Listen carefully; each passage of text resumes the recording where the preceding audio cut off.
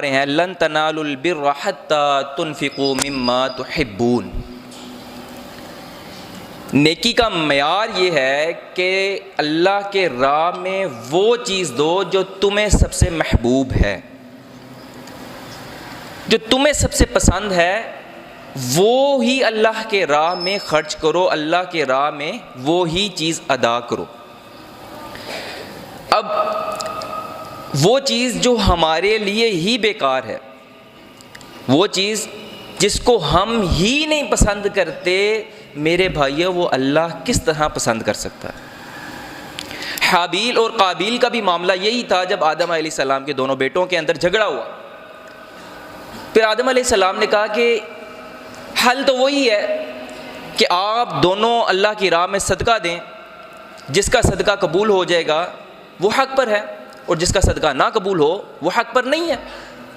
اور معمول یہ ہوا کرتا تھا کہ جو بھی چیز اللہ کی راہ میں صدقہ کی جاتی تھی اس کو ایک میدان میں رکھ دیا جاتا تھا، آسمان سے آگ آتی اس کو کھا لیتی، اور جس چیز کو وہ کھا لیتی آگ، اس کا مطلب کہ اس کا صدقہ، اس کا مال، اس کی جو چیز اس نے اللہ کی راہ میں صدقہ کرنا تھا وہ قبول ہو گئی ہے۔ اب حابیل جو ہے وہ مویشیوں کا کاروبار کرتا تھا، اور قابیل جو ہے وہ اسی طرح غلے کا کام کرتا تھا، گھاس کا۔ اب حابیل، اور اکثر لوگ اس میں مغالطہ کھا جاتے ہیں کہ اب ہمیں کیسے پتہ لگے کہ قاتل کون تھا، تو قابیل سے قاتل ہے، اور حابیل جو ہے جو حق پر تھا وہ حابیل تھا۔ اب حابیل نے ایک مینڈا تبلا تازہ جو اللہ کی راہ میں صدقہ کیا، اور قابیل نے بجھی ہوئی گھاس لا کر صدقے میں دی۔ اب آگ آئی اور آ کر مینڈے کو کھا لیا، لہٰذا وہ چیز اللہ رب العزت نے قبول کی جو آپ کے لیے بہترین ہے۔ جو چیز آپ کو ہی پسند نہیں ہے اللہ رب العزت اس کو پسند نہیں کرتا، نہ قبول کرتا۔ اب اس ضمن میں ہم